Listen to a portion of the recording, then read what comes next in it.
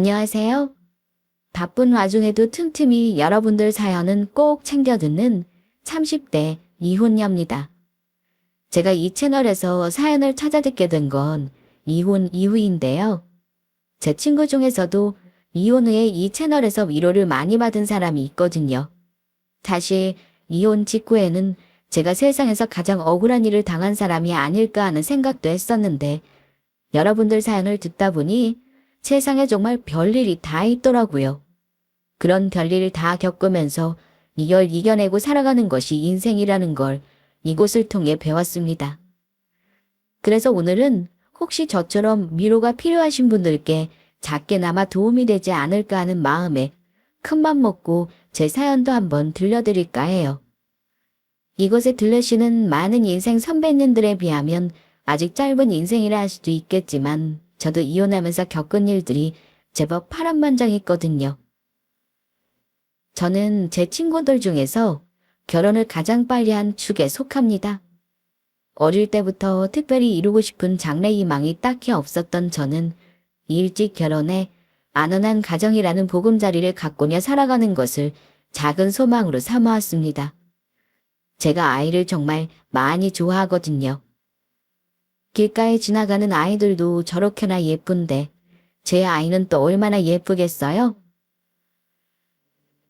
나는 일찍 결혼해서 아이를 적어도 셋은 낳고 싶어.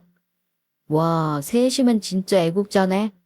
셋 낳으려면 자기랑 얼른 결혼해야겠네. 대학을 졸업할 무렵 전 남편과는 이미 연애 중이었어요. 전 남편은 저보다 9살이 많았습니다. 지금 같았으면 그때 어리고 철없던 제 등짝을 때려서라도 그 결혼을 막았을 텐데 어린 제 눈에 9살이나 많은 전 남편은 또래 남자애들과는 달리 정말 어른스러워 보였습니다. 당연한 일이죠. 저보다 9살이나 어린 여자를 꼬여낸 아저씨인데요. 애들 장난처럼 데이트 몇 번 해본 걸 제외하면 제대로 만나본 남자라곤 전 남편뿐이었던 제 입장에서는 노련한 전 남편의 마수에서 빠져나오기가 쉽지 않았을 겁니다. 나도 자기 생각처럼 결혼하면 부인이 내조 잘해주면서 아이들 잘 키워주는 게 좋아. 요새 직접 나가 돈 벌어오는 와이프 선호하는 남자들이 많다지만 그거 다 남자가 능력이 없어서 그런 거야. 나 대기업 다니고 월급 잘 나오는데 굳이 내 와이프 밖으로 돌릴 이유가 있어? 나랑 결혼하면 자기는 다른 걱정은 말고 그저 우리 아이들 잘 키워주고 나 하나 예뻐해줘. 지금 생각하면 시커먼 속이 훤히 들여다보이는 저속한 말일 뿐인데 그때는 그게 정말 저를 위해주는 걸로만 알았어요. 그렇게 거의 저희 집에 생떼를 쓰듯 결혼 허락을 받아냈습니다. 예, 너 지금 나이가 몇인데 조금 더 만나보다가 천천히 결혼하면 누가 뭐라고 그래? 지금이야 다 좋아 보이지만 너 아직 만난 사람도 얼마 없고 연애 경험도 얼마 없잖아. 그러다 살다가 후회하면 어쩌려고. 아니야, 나 후회 안 할 자신 있어. 그리고 나는 어릴 때부터 일찍 결혼하고 싶었단 말이야. 직장 다니고 일하고 그러면서 애기 키울 자신도 없는데 그 사람은 그런 걱정은 하지도 말라고 하고. 요새 그런 남자가 어딨어? 부모님 말씀드리면 자다가도 떡이 나올 텐데 제가 생각해도 철딱서니가 없어도 너무 없었어요. 그래도 살다가 보면 못하고 지나가는 게 후회될 때가 얼마나 많은데 오래 다니지 않더라도 너도 직장 한번 다녀보고 사람들도 만나다 보면 생각도 바뀔 수 있어. 굳이 이렇게 이른 나이에 결혼을 해야겠어? 엄마도 직장 다닐 때 힘들었다며. 나 낳고 키우면서 행복했다며. 엄마 나도 그렇게 살고 싶어. 응? 허락해 주세요. 네. 마음먹은 건 무슨 수를 써서라도 가져야 하는 성미였습니다. 결국 친정 부모님께서도 걱정 끝에 허락해 주실 수밖에 없으셨어요. 아직 새아기 나이가 어린데 사회생활 한 번도 안 해보고 집에 들어앉겠다고 하니 내가 솔직히 걱정이 안 될 수가 없네. 아이 어머니, 그것도 사람마다 다 다른 거죠. 우리 주영이는 직장 다니는 것보다 가정주부가 더 적성에 맞는 것뿐이에요. 제 편을 들어주는 전 남편 말에 속으로 고개를 끄덕였습니다. 모든 여자가 일하는 걸 좋아해야 할 필요가 있나 싶은 게 당시의 제 생각이었어요. 전 시어머니는 전 시아버지와 결혼 전부터 작게 화장품 사업을 운영해 오셨습니다. 비록 사업 규모가 크진 않았으나 전 시어머니는 일하는 여자라는 자부심이 대단한 사람이었어요. 몇 년 전 시아버지가 먼저 사고로 떠나시면서 남편 집안의 가장은 누가 뭐래도 전 시어머니인 것도 사실이었죠. 그 나이에 자기 사업 굴려가며 자수성가한 여성이 그렇게 흔한 편은 아니니 아주 이해가 안 가는 건 아니었지만 딱 봐도 일하는 자신이 가정주부보다 낫다고 생각하는 전형적인 가정주부를 무시하는 타입이었습니다. 그래도 세상살이가 그런 게 아니다. 살면서 무슨 일이 생길지도 모르는데 제 밥벌이 정도는 스스로 할 줄 알아야 비로소 독립된 하나의 인격체라고 할 수 있는 거야.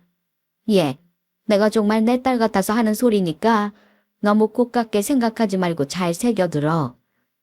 요즘은 예전이랑 달라서 여자들도 당연히 경제 능력을 갖추고 살아야 해. 너는 결혼하면 집에 들어앉아서 애만 키울 생각인가 본데 너 생각을 좀 해봐라. 애를 키우려고 해도 세상 물정을 좀 알아야 제대로 아이 교육을 시킬 수 있지 않겠어? 취직을 하는 게 정 힘들 것 같으면 잠깐 우리 회사에라도 나와서 다른 여자들은 어떻게 일을 하는지 또 회사가 어떻게 돌아가는지 이런 거라도 좀 보면 확실히 세상 보는 눈이 좀 트인다니까. 은근슬쩍 또 자기 회사 자랑을 하는 전 시어머니였습니다. 저는 들으면서도 기분이 썩 좋지가 않았어요. 굳이 사업장 체험이 필요한 거면 저희 아버지도 사업을 하고 계셨으니까요. 거기다 저희 아버지 사업장 규모가 전 시어머니 회사의 2배는 너끈히 넘었습니다. 내가 나가서 일을 해도 우리 아빠 회사에서 일을 하지 굳이 전 시어머니 눈치 보며 그 회사에서 일할 생각은 눈꼽만치도 없었습니다. 엄마, 주영이 아버님께서도 사업을 하시는데 굳이 엄마 회사에 가서 주영이가 일을 하겠어? 그래, 아버님께서 사업하신다는 얘기 들어 알고 있지만 혹시 어머니께서도 지금 일을 하시니? 아니요, 저희 엄마는 지금은 집에서 살림하세요. 전에 직장에 출근하시긴 하셨지만 지금은 전업주부가 된 게 맞으니 그렇게만 말씀드렸습니다. 그랬더니 전 시어머니가 그럴 줄 알았다며 말하더군요. 네가 그래서 그 좋은 나이에 전업주부로 살겠다는 말을 달고 사는 거구나. 집에서 보고 배운 게 있으니 그걸 옳은 줄로만 아는 거지. 참 나이가 아깝다. 아까워. 어머니, 어디 가서도 그런 말씀하시면 요새 꼰대 소리 들어요. 살림은 위대한 거야. 요즘 살림 우습게 여기면 진짜 돌 맞는다니까요. 얘는 내가 언제 무시를 했다고. 나는 다만 새 아기가 안타까운 마음에 그러는 거지. 사람이 다 때가 있는 건데 저 좋은 시기를 허송세월할 걸 생각하니 내가 다 아쉬워서 그래. 하긴 그래도 새아기래는 아버지 사업이 탄탄하시니 그래도 믿을 구석은 있겠구나. 이래서 사람의 가정환경을 따져봐야 해. 그 철딱선이 없던 시절에도 도대체 저렇게 매번 미운 말만 튀어나오는 밉살스런 말솜씨로 지금까지 어떻게 사업을 꾸려온 건지 신기할 지경이었습니다. 아니면 밖에 나가서는 온갖 스트레스를 다 받아가며 고분고분하게 굴다가 그 스트레스를 다 저한테 푸는 건가 하는 생각까지 했습니다. 어찌되었든 저와 전 남편의 고집에 결국 저는 대학을 졸업하자마자 곧장 시집을 가게 되었습니다. 처음 신혼생활은 좋았습니다. 집에서 독립한 적이 없었던 저는 결혼해서 집을 나와서야 비로소 어른이 된 것 같았어요. 집을 예쁘게 꾸미거나 전 남편이 퇴근하길 기다리며 저녁을 준비하는 일도 즐거웠어요. 살림에 흥미와 소질이 있는 것만은 지금도 맞는 것 같아요. 집을 안락하게 꾸미고 매일 다른 반찬을 준비하는 것도 지겹게 느껴지지 않았으니까요. 아이도 금방 생겼습니다. 딸이 태어나고 나니 집에만 있어도 하루가 쏜살같이 흘러갔습니다. 그 와중에 아이에게도 예쁜 옷 입히겠다며 동분서주 바쁘게 돌아다니다 보니 오히려 24시간이 짧게 느껴질 정도였습니다. 아, 우리 지민이 너무 예쁘다. 자기야, 이것 좀 봐. 내가 이거 우리 지민이한테 너무 잘 어울릴 것 같아서 강남까지 나가서 딱 2전 남아있는 거 얼른 집어왔잖아. 그래, 우리 주영이가 보는 센스는 있지. 아이고, 우리 공주님, 예쁜 꽃가옷 입었어요. 한참 어린 아내여서 그런 모양인지 전 남편은 제 기분 구슬리는데 아주 도가 터 있었습니다. 덕분에 육아까지 하는 가정주부로 살고 있음에도 불구하고 집안에서는 큰 소리 날 일이 한 번 없었습니다. 다상한 남편에 토실토실 귀여운 딸아이까지 제가 그동안 꿈꾸던 가정생활이 실현된 것 같아 하루하루 행복했습니다. 단, 전 시어머니가 저희 집에 오시지 않는 날에만 말이죠. 아이고, 우리 지민이 인형이 따로 없네. 이렇게 예쁜 옷은 누가 사다 줬어요? 엄마가 사다 줬어요? 우리 지민이는 좋겠네. 저희 딸아이 얼굴이 전 남편 어릴 적과 판박이라며 전 시어머니도 저희 딸을 참 많이 예뻐하셨습니다. 넌 이거 산다고 또 어디까지 나갔다가 왔니? 네가 직장을 다니는 것도 아닌데 하루가 멀다고 차 끌고 이리저리 시내 다니는 거 가정주부로서 좀 그렇지 않니? 직장 다니는 여자는 차 끄는 게 당연하고 가정주부가 차 끄는 건 사치라도 된답니까? 요새 차 없이 애 키우기가 얼마나 힘든데 속 모르는 소리를 하고 있는 전 시어머니가 얄밉게 느껴졌습니다. 그리고 지민이가 어느 정도 크면 너도 어디 밖에서 일할 만한 곳이 좀 있나 알아봐라. 요새 지민이 친구들 중에 엄마가 일 안 하는 사람 있다고 그러디. 이게 다 너 생각해서 그러는 거야. 너도 나중에 지민이한테 할 말은 있어 할 것 아니냐. 지민이가 학교 갔다가 우리 엄마는 왜 일하러 안 가냐고 물어보면 너 할 말은 있니? 할 말이야 왜 없겠습니까? 저희 딸아이가 그렇게 물어오면 살림의 중요성에 대한 이야기를 3시간은 쉬지 않고 떠들어댈 자신이 있었습니다. 하지만 가정주부를 은근히 무시하는 전 시어머니의 무례한 언사를 겪은 것이 하루 이틀이 아니었기에 오늘은 좀 빨리 끝내고 집에 가셨으면 하고 속으로 생각했습니다. 저한테만 가정주부 무시하는 티를 내셨으면 그나마 좀 참을 만했을 텐데 전 시어머니는 꼭 저희 친정엄마를 걸고 넘어졌습니다. 제가 중학교 들어가기 전까지는 직장 생활을 하셨다는 말은 깡그리 무시하고 말이죠. 우리 나이대 여자라고 퍼져서 아무것도 안 하고 지내고 그러면 안 된다. 사람이 바깥에서 일적으로 좀 부딪히고 그걸 또 해결하고 그러면서 성장해 나가는 거지. 집안에서 만날 만나던 사람들만 만나고 하던 일만 하던 사람이 발전이 없는 거야. 사부인만 해도 그렇지. 그 나이 되시도록 작은 일이라도 진득하게 했으면 지금쯤이면 그 분야에서 얼마나 전문적인 여성이 되어 있을 거야. 그러니까 너도 너무 집에만 들어앉아 있을 생각 말고 자기 개발에 힘을 써야 해. 우리 지민이 교육을 위해서라도. 저도 나름 대학 나온 여자입니다.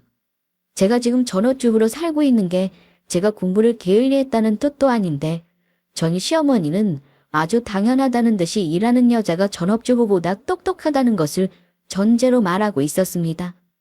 자기 딴에는 말은 충고라고 하는데 전업주부로 사는 저와 저희 친정엄마를 보면서 은근히 자기 자존감을 세우고 있다는 걸 모르지 않았습니다. 자기 어머니 요새 일하는 여자 타령이 더 심해지신 것 같아. 내가 무슨 집에서 밤만 축내는 실충인 줄 아시는 건가? 집에서도 얼마나 할 일 많은데 거기다 우리 지민이 키우기까지 내가 하루를 얼마나 바쁘게 쪼개서 살아가고 있는데 왜 이런 소리까지 들어야 하는지 모르겠어. 자기가 이해해. 그 나이 먹은 양반 사고방식을 이제 와서 우리가 뜯어 고칠 수도 없고. 다시 우리 엄마 나 어릴 때부터 사업을 해오셔서 제대로 살림을 해보신 적이 한 번도 없거든. 나도 시터 써서 키우셨고 본인이 잘 모르다 보니 살림을 더 가볍게 생각하시는 것 같은데 내가 그럴 때마다 항상 나서서 말이잖아. 그치? 전 시어머니가 말실수를 할 때마다 전 남편이 지적했던 건 사실이었습니다. 사실 저나 전 시어머니나 전 남편 말에는 토를 잘 못 따라서 그런 거였는데 그때는 또 그게 전 남편의 합리적인 사고방식에 전 시어머니가 반박을 못하는 거라고 생각했었어요. 새삼 지금 와서 생각해보니 세상에 그런 징그러운 콩깍지가 있을 수가 없네요. 그 무렵 전 시어머니의 회사가 생각지 못한 자금난을 겪게 되었습니다. 시어머니 회사에서 개발한 기초 화장품 중 하나가 알레르기 반응을 일으키면서부터였습니다. 다른 것도 아니고 피부에 직접 닿는 물건이다 보니 갑자기 리콜 신청이 쇄도하기 시작했습니다. 당장 막아야 할 어음이 적은 편이 아닌 판에 갑자기 현금 자금줄이 막히게 되니 사정이 급격하게 안 좋아지게 된 거죠. 남편 말로는 당신이 가지고 있던 현금 자산에 부동산 자산까지 처분하고도 수습이 안 되고 있다고 했습니다. 따딱 잘못하다간 사시는 집까지 넘어갈 판이었어요. 얼마나 상황이 좋지 않았으면 늘 은근히 무시하던 저한테까지 전 시어머니가 은근슬쩍 도움 관련 오늘 때였습니다. 아가, 내가 급해서 그러는데 사돈 댁에 혹시 한 3개월 정도만 자금 융통을 부탁드릴 수 있겠니? 이게 리콜 문제 해결되고 급한 어음만 처리하면 금방 괜찮아질 상황인데 별것도 아닌데 자꾸 속을 썩이네. 만나고 처음으로 제 눈치를 보는 전 시어머니의 속이 훤히 보였습니다. 남편에게 시댁까지 넘어갈지 모른다는 얘기를 다 들은 마당에 아직까지 사업을 구명할 가능성이 있는 것처럼 말씀하시는 것도 참 당신답다고 생각했습니다. 게다가 사실 제가 결혼 전에 취업을 해서 목돈을 모아놓는 것도 아니고 손 벌릴 때라고는 부모님뿐이라는 걸 전 시어머니가 모를 리가 없었습니다. 그러니 저보다는 형편이 넉넉한 저희 부모님 돈을 저보고 빌려오라 그 말씀이셨던 겁니다. 저는 속으로 콧방귀를 뀌었습니다. 아쉬운 건 본인인데 왜 며느리인 저에게 돈 빌려오는 일까지 대리로 시키려는 겁니까? 그동안 전업주부를 하면서 저랑 엄마를 그렇게 무시해놓고서는 저는 아무것도 모르는 척 전 시어머니에게 시침을 떼고 말했습니다. 사실 저희 부모님하고 돈 얘기 안 해요. 머리 굵어서부터 저희 엄마 아버지께서 부모 자식 간이라도 돈 얘기는 쉽게 꺼내는 게 아니라고 그런 이야기일수록 확실하게 처리해야 한다고 말씀하셨거든요. 아무리 작은 돈이라도 거래한 적이 있으면 문서로 분명히 사실 확인을 해야 한다고도 그러셨고요. 이럴 게 아니라 어머니 많이 급하시면 저희 친정으로 바로 가셔서 직접 상황 설명도 하고 부탁드린 게 더 좋을 것 같아요. 저희 부모님이 이유 없이 부탁을 거절하실 만한 분들도 아니시고요.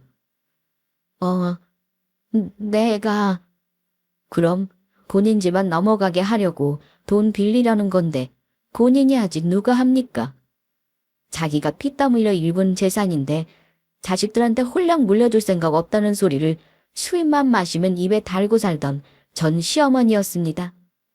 비록 이런 사정을 저희 친정 부모님께 미주알 고주알 다 일러바친 건 아니었습니다만 대강 상황은 저희 어머니께서도 이미 파악하고 계셨습니다. 제 친정엄마가 전 시어머니 앞에서 돈으로 유세를 부릴 수 있는 절호의 기회인데 이걸 제가 뽀르르 가서 돈 달라고 해서 날릴 수 없죠. 그렇게 바로 그 다음날 쇳불도 단김에 빼냈다고 굳이 약속을 미룰 필요를 못 느꼈습니다. 전 시어머니는 사돈 댁에 돈 빌려달라는 소리를 하기가 영 민망했던지 결국 저까지 대동해서 저희 본가에 찾아오셨습니다. 저희 친정엄마는 저한테 대강의 상황을 미리 전해 들으셨지만 굳이 전 시어머니 앞에서 아는 척을 하시진 않으셨습니다. 어머 사돈, 어쩐 일이세요? 우리 애까지 데리고 미리 말씀을 해주셨으면 제대로 대접을 해드렸을 텐데. 제가 대강이라도 설명을 했을 거라 생각한 모양인지 전 시어머니 얼굴에 당황스런 기색이 떠올랐습니다. 저는 그저 아무것도 모르는 척 눈만 깜빡이고 있었죠. 그게, 아, 그간 격조했지요, 사돈. 어디 아프신 곳은 없으셨죠? 바로 본론으로 들어가지 못하고 뱅뱅 말만 돌리는 전 시어머니의 당혹감이 저한테까지 전해졌습니다. 만날 집에서 밥이나 추낸다고 무시했던 돈도 안 버는 가정주부에게 돈 부탁을 하려니 자존심이 상하기도 하셨겠죠. 그러나 저나 저희 엄마나 그런 전 시어머니의 부탁까지 거들어줄 생각은 없었습니다. 그때만큼은 저희가 명백한 갑이었습니다. 의미 없는 말들만 늘어놓던 전 시어머니가 더는 화제를 미룰 수 없다고 생각했는지 드디어 본론으로 들어갔습니다. 저 안싸돈 다름이 아니라 오늘은 제가 어려운 부탁을 드리고자 지민엄이랑 같이 오게 되었어요. 최근에 제가 하고 있는 사업에 이슈가 터지는 바람에 갑작스럽게 현금 자금 흐름이 막히게 되었어요. 이것만 풀리면 다른 일들도 금방 해결할 수 있는데 하나가 막히다 보니까 연쇄적으로 문제가 생긴 상황이라서 솔직히 좀 곤란에 처했습니다. 사돈, 저 지금까지 이 사업에 제 인생을 전부 갈아 넣었다고 해도 과언이 아니에요. 저한테는 정말 자식이나 마찬가지인 일입니다. 사돈께 이런 말씀 드리게 되어 정말 염치가 없지만 단 몇 달만이라도 돈을 좀 융통해 주실 수 있을까요? 그 와중에도 집 넘어갈 판이라는 소리는 뜻까지 못하시더라고요. 자존심이 하늘을 찌르는 전 시어머니 입장에서 저 정도 말은 거의 고개를 조아리고 부탁드린 것과 진배 없었습니다. 그만큼 상황이 안 좋기도 했겠죠. 그 와중에도 전 시어머니가 아예 자존심을 세우지 않은 건 아니었습니다.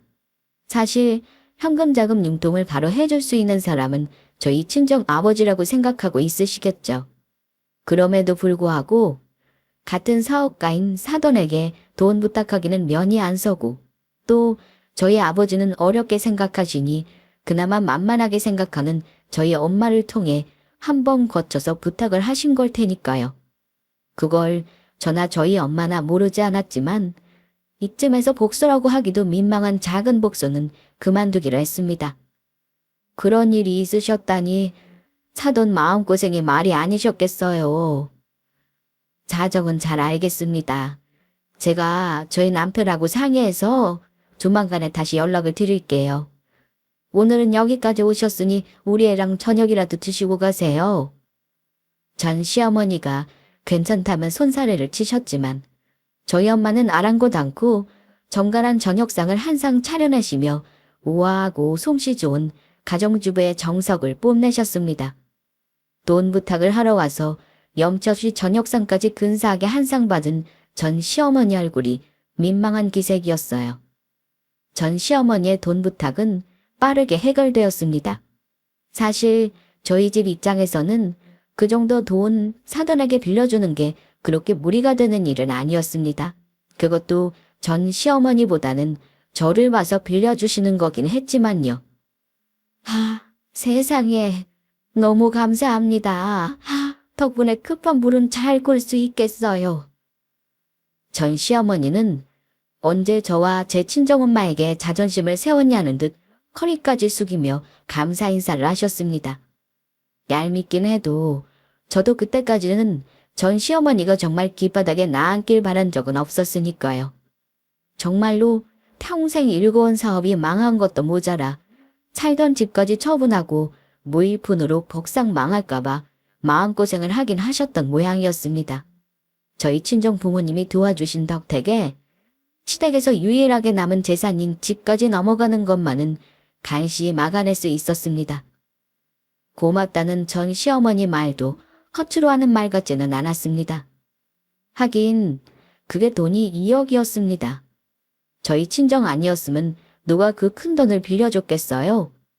그 뒤로 당분간 전 시어머니는 저희 친정이고 저희 집이고 이것저것 과일이며 선물을 보내며 연신 고맙다는 인사를 하셨습니다.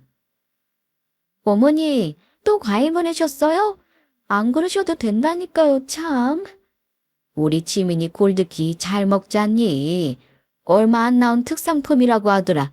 사돈댁에도 보냈으니 냉장고에 두고 맛있게 드시라고 전해드리렴. 저번에 보내주신 과일도 다 못 드셨을 텐데 감사합니다, 어머님. 저희 친정 부모님께서도 감사하다고 꼭 다시 한번 말씀드리라고 하셨어요. 뭘 겨우 이런 것 가지고. 내가 너희 친정에 급할 때 도움받았던 걸 생각하면 이것도 부족하지. 누가 봐도 저 자세인 것이 전과 비교하면 딴 사람 같았습니다. 요즘만 같으면 전 시어머니와 가깝게 지내는 것도 나쁘지 않을 것 같았습니다. 그래도 돈 빌려준 약발이 2달은 가더라고요. 문제는 본의 아니게 사업을 접게 된 전 시어머니가 제 취업에 실패하면서 다시 그 못된 성질머리가 슬슬 올라왔다는 겁니다. 어머니 말이야, 아무래도 사업 다시 시작하고 싶으신 것 같지? 회사가 크진 않아도 평생 사장님 소리 듣고 산 양반인데 왜 안 그렇겠어? 근데 이제 가진 거라고는 당신 사시는 집 한 채, 얼마 안 남은 생활비가 전부인데 사업을 하고 싶어도 무슨 돈으로 사업을 하시겠어. 그냥 꿈만 품고 사시는 거지 뭐. 저번에 전화 통화하시는 걸 들어보니까 사업하는 지인분한테 일자리 부탁하시는 것 같은데 그것도 영 성과가 없는 것 같아.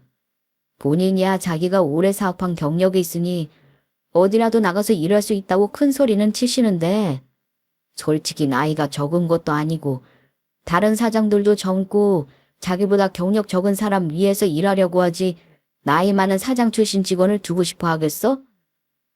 아우, 일하는 걸 좋아하시니 무슨 일이라도 잡으면 좋게 하겠지만 그게 뜻대로 되는 게 아니니까. 전 시어머니가 집에 계시니 자꾸 저한테 연락이 잦아지신 것도 피곤한 일이었습니다. 예, 너 바쁘니? 네, 오늘은 할 일이 좀 많네요. 집에서 애 키우고 밥하는 게 전부인데 넌 맨날 뭐가 그렇게 바쁘니?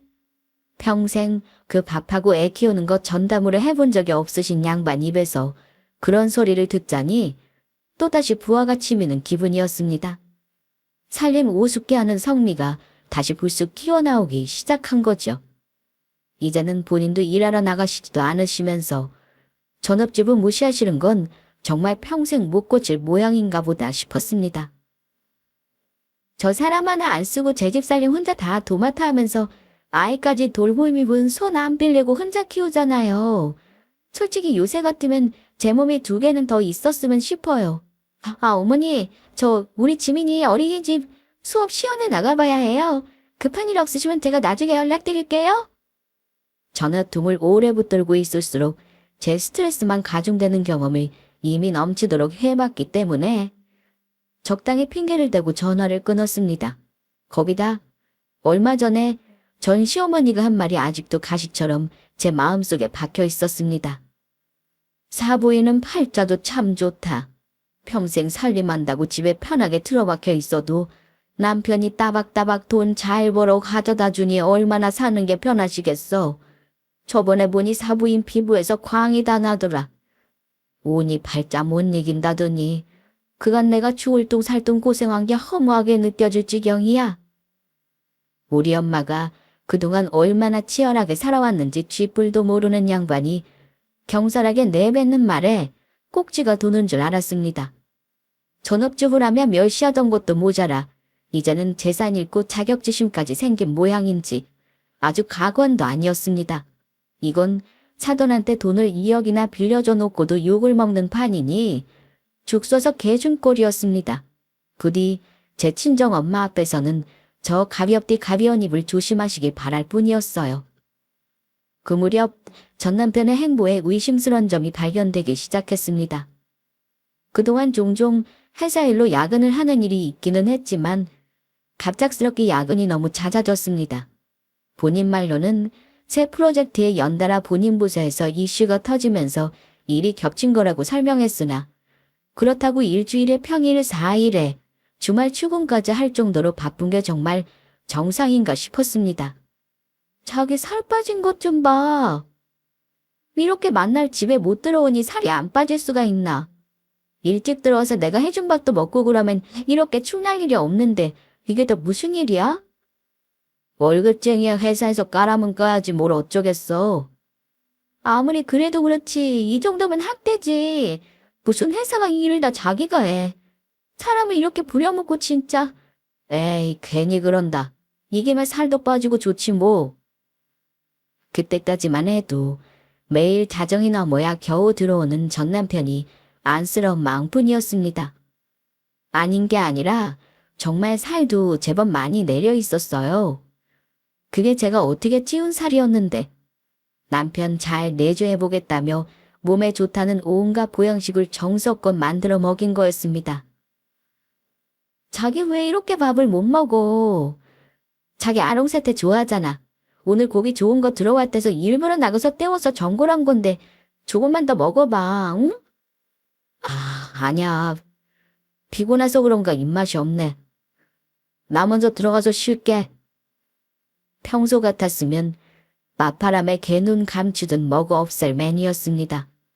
분명 환장하고 달려들 줄 알았는데 원래 제가 해준 음식을 먹을 때면 연신 칭찬하기 바쁘던 전 남편이 음식을 보는 둥 마는 둥 하는 게 너무 이상했어요.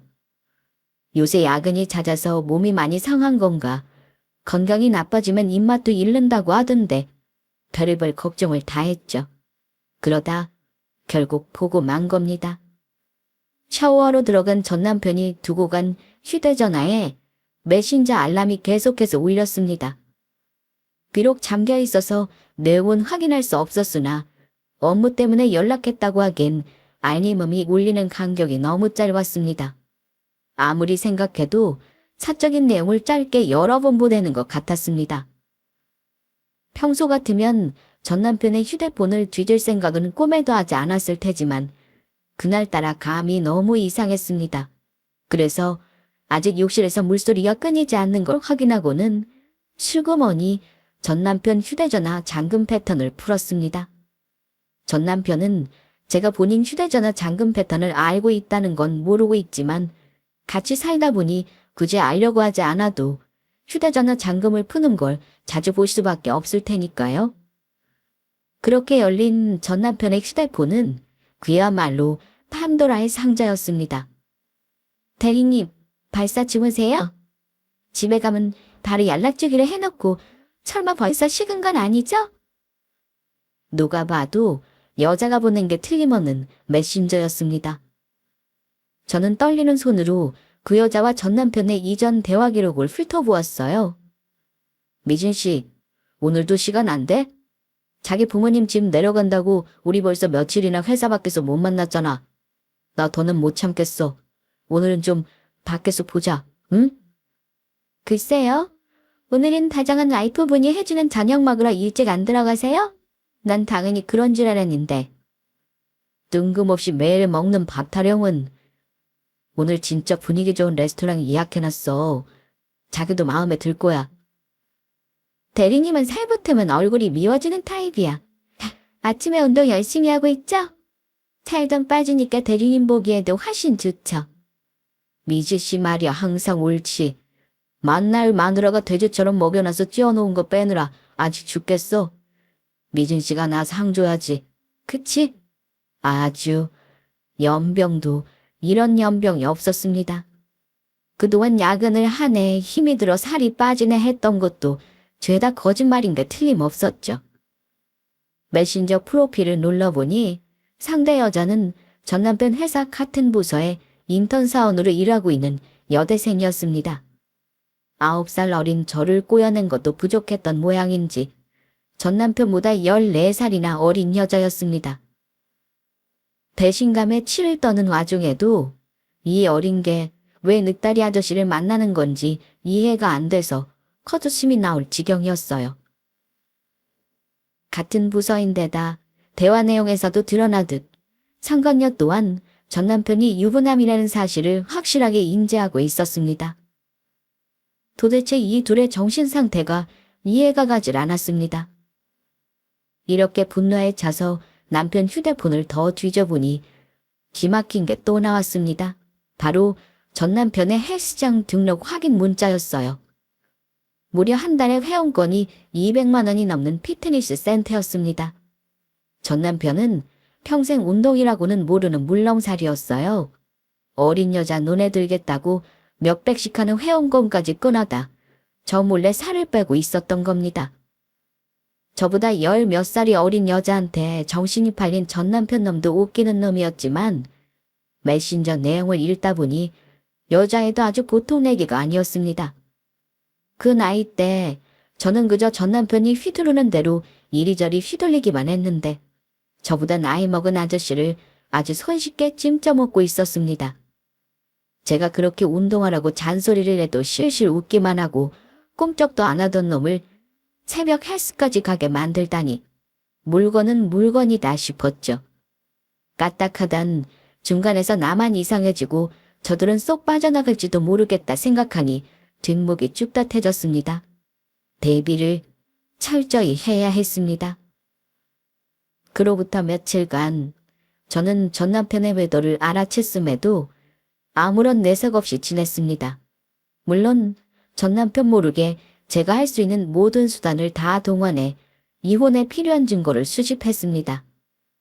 아이가 있으니 한순간 이혼이 망설여진 적은 있었으나 어린 자식을 두고도 어린 여자한테 정신이 빠진 놈을 생각하니 두 번 다시 이혼이 망설여지지 않았어요.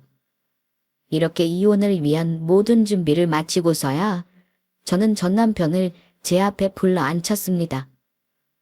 당신 여자 있는 거 알고 있어. 제 폭탄 선언에 전 남편 놈 얼굴에 핏기가 가시더군요. 저는 아랑곳 않고 그간 연습한 대로 침착하게 말을 이어나갔습니다. 바람 피운 걸 알면서도 같이 살 만큼 나는 너 그런 사람이 못 돼. 당신이 유책 배우자라는 건 내가 입 아프게 설명 안 해도 알 거고 당연히 우리 지민이도 내가 데려갈 거야. 나는 되도록 합의 이혼으로 하루라도 빨리 정리하고 싶지만 당신이 이혼 안 한다고 하면 소송이라도 불사할 생각이야. 당신 의사는 알고 싶지 않아. 애 깨지 않게 조용히 짐 싸서 당장 이 집에서 나가. 마치 그날 저녁 메뉴 이야기하듯 여성하게 말하는 제 모습에 전 남편은 할 말을 잃은 듯 했습니다. 차마 바람 피운 적 없다며 우기기조차 못하는 전 남편을 보며 내 결혼 생활이 이리 허무하게 끝나는구나. 가슴이 휑했습니다. 그렇게 미적거리던 전 남편은 결국 제 옷까지만 대충 몇 개 챙겨서 집을 나갔습니다. 다음 날 전 시어머니가 제 집으로 쳐들어왔습니다. 처음에 문을 열어주려고 하지도 않았는데 그랬더니 손녀 얼굴이라도 보여달라며 불쌍한 척을 하는 바람에 그만 문을 열어주고 말았습니다. 결과적으로 멍청한 선택이었죠. 너 이혼이라니? 이혼이 무슨 니지케 이름이야? 어떻게 이렇게 쉽게 이혼을 입에 올려? 할게요. 조용히 하세요. 어머니 아들이 바람을 피웠으니 이혼을 하는 건데 자식 이혼시키기 싫으시면 여기서 절 붙잡고 이러실 게 아니라 아드님한테 말씀을 하셔야죠. 아니 사람이 사회생활을 하다 보면 밖에서 사람을 만날 수도 있는 거지. 만날 집구석에만 처박혀 있으니까 뭘 알기를 하나. 이래서 내가 너 처음부터 마음에 안 들었어. 내 아들이 뼈 빠지게 일해서 번 돈으로 집에서 호의호식하는 걸 고마워할 줄은 모르고 바깥에서 일하는 사람 출산발 한 걸 가지고 눈 감아줄 줄도 모르고 도대체 네가 제대로 하는 게 대체 뭐냐? 적반하장도 유분수라는 말은 딱 이럴 때 쓰는 말이겠죠. 어머니 그렇게 일하는 여자라면서 잘난 척 세련된 척은 다 하시더니 아버님 몰래 사회생활하면서 밖에서 남자도 만나고 그러셨나 보네요? 아주 당연한 것처럼 말씀을 하시고 뭐야 이게 지금 사람을 뭘로 보고 어머님이 저희 이혼하는 게 마음에 안 든다고 뭘 하실 수 있는데요? 그 사람이 유책 배우자니까 제가 이혼한다면 이혼하는 거예요. 어머니는 여기에 입댈 권리 손톱만큼도 없으니까 그만 돌아가세요. 하, 니까짓 게 뭘 할 수 있는데? 감히 우리 지민이를 데려간다 만다 건방지게. 너 내 아들이랑 갈라서면 우리 지민이 데려갈 생각은 고사하고 너희 집에서 해준 역은 그냥 날리게 될 테니 그거나 제대로 알아둬. 내가 이혼한 며느리한테 미쳤다고 그 돈을 돌려줘? 한 푼도 네 집에 안 돌려줄 테니 헛소리 말고 내 아들이랑 당장 다시 집에 들여. 이쯤 되니 정말 막 나가자는 거죠. 물에 빠진 놈 건져줬더니 보따리까지 내놓으라는 게 딱 저 여자 얘기였습니다. 당장 집에 내쫓겨 거지꼴 될 뻔한 걸 구해준 은혜도 모르고 어디서 감히 돈으로 협박이야. 내가 당신은 물론이고 당신 아들까지 싹 벗겨서 알거지를 내쫓고 말 거니까 당장 내 눈앞에서 꺼져. 그러고는 뻔뻔한 전 시어미를 우악스럽게 현관 밖으로 밀치고 문을 쾅 닫아버렸습니다. 제 앞에서 무릎을 꿇고 읍소를 해도 안 봐줄 판에 대체 저 태도가 뭐란 말입니까? 저는 그 길로 제 친정으로 달려갔습니다. 친정엄마 얼굴을 보자마자 참았던 눈물이 펑 터져 나왔어요. 울면서 정신없이 그간의 자초지장을 설명하는 저를 보는 엄마의 얼굴이 분노와 배신감으로 가득 찼습니다. 주영아, 너는 아무것도 걱정할 것 없다. 지금부터는 이 엄마가 전부 알아서 할 테니 아무 걱정 마라. 친정엄마의 말투가 결연하게까지 했습니다. 그리고 저는 그런 엄마를 믿었어요. 엄마는 정말로 그렇게 해주실 수 있는 분이셨으니까요. 그리고 일주일 뒤 양쪽 집안의 대면식이 이루어졌습니다. 저 혼자 먼저 약속 장소로 나갔더니 전 남편과 전 시어머니가 미리 나와 있더군요. 저희 부모님이 빌려준 2억이 대단한 볼모라도 된다고 생각한 모양인지 당연히 제가 이혼 얘기를 물을 거라고 생각하는 건지 전 시어머니 표정이 의기양양했습니다. 그 옆에서 전 남편이 제 눈도 못 마주치고 존재감 없이 앉아 있었습니다. 그 큰 덩치를 구기고 제 엄마 등 뒤에 숨은 찌질한 모습에 대체 내가 저 모자란 인간에 무얼 보고 내 인생을 걸 생각을 했나 싶어 가슴을 치고 싶은 심장이었습니다. 진작에 이렇게 나올 것을 일을 시끄럽게 입 다무세요. 변호사 오면 얘기할 거니까. 변호사라니? 그게 무슨 소리야? 그럼 이혼 조정을 하러 나왔는데 변호사를 안 부릅니까? 뭔 당연한 소리를 하고 앉아있어? 이게 아직도 정신을 못 차리고? 그때였습니다. 저희 친정엄마가 문을 박차고 당당한 발걸음으로 들어오셨습니다. 엄마는 혼자가 아니셨어요. 엄마 뒤로 고급 정장을 차려입은 변호사가 무려 5이나 함께 들어왔습니다. 아니 사돈, 이게 다 무슨 일이라요? 곧 이혼 도장 찍을 사이에 사돈은 무슨? 난 오늘 우리의 변호사로 온 겁니다. 그 말에 전 시어머니와 전 남편 눈이 휘둥그레졌습니다. 네, 저희 엄마의 예전 직업은 바로 검사님이셨습니다. 무려 20여 년 가까이 검사로 재직하셨던 베테랑 중에 베테랑 법조인이셨죠. 아니, 사돈이 변호사라니 그게 무슨... 왜? 집에서 밥이 나는 줄 알았던 여자가 검사 출신이라니 사람이 좀 달리 보이는 모양입니다. 참 한결같이 속물적인 양반 같으니라고. 감히 내 딸한테 바람 피운 제 아들 넘어가 주지 않는다며 모욕한 것도 모자라. 우리 부부가 우리 애 보고 빌려준 돈까지 떼먹겠다고 협박을 해. 내가 너희 모자 이혼 소송은 물론이고 협박죄, 재산가해치에 상간녀 소송까지 걸 수 있는 건 다 걸어서 대한민국 법이 얼마나 무서운지 제대로 보여줄 테니 각오 단단히 하는 게 좋을 거야. 그 말을 끝으로 함께 들은 변호사분들이 차례로 소송 서류와 자료를 꺼내시기 시작했습니다. 모두 엄마의 후배 검사 출신으로 변호사로 개업한 실력 있는 법조인들이셨어요. 일단 그 자리에 검사 출신 법조인만 엄마를 포함해 6명이었습니다. 쪽수에서부터 제대로 선방을 날린 셈이죠. 가진 거라곤 방자는 주둥이밖에 없는 전 시어머니와 전 남편은 겁을 집어먹지 않을 수가 없었습니다. 아이고 사돈, 내가 실수했습니다. 내가 내 아들부터 잡았을 알걸. 이혼당할까 무서워서 그만 정신이 할까락 나갔던 모양입니다. 소송할 게 하도 많아서 할 말이 많은데 입 닥치고 그냥 들어요. 듣기 싫으니까. 제가 일갈하자 전 시어머니가 무슨 귀신이라도 본 것처럼 잔뜩 쭈그러들어서는 말 한마디 제대로 못하고 저희 측 법률 공격을 고스란히 받아냈습니다. 제 엄마 옆에 숨은 멍청한 전 남편이야 말할 것도 없었죠. 이미 저의 완벽한 승이었습니다. 이혼은 소송까지 갈 필요도 없었어요. 제건 놈이 뭔 수로 저희를 이기겠습니까? 전 남편은 결국 손을 벌벌 떨며 아이 친권과 양육권, 살던 집의 소유권 이전 등 전적으로 제게 유리한 이혼 합의서에 서명할 수밖에 없었습니다. 그래도 아직 해야 할 송사가 많이 남아 있었어요. 일단 오늘의 목표치를 채운 우리가 일제히 일어나자 전 시어머니가 제 앞에 무릎을 꿇고 똥파리처럼 빌기 시작했습니다. 아가, 내가 잘못했다, 아가. 그래도 우리가 그간 봐온 세월이 있지 않니? 안 그래도 사엄마하고 남은 거라고 나 사는 집 한 채가 전부야. 제발 늙은 시어미를 불쌍히 여겨서라도 제발 선처를 뭐예요? 그동안 사업한답시고 그렇게 전업주부 며느리 무시하더니 억울하면 그간 사업하던 인맥으로 다시 한번 대응해보시던가요? 끈 떨어진 년이라 어디 도와달라고 할 때도 하나 없나?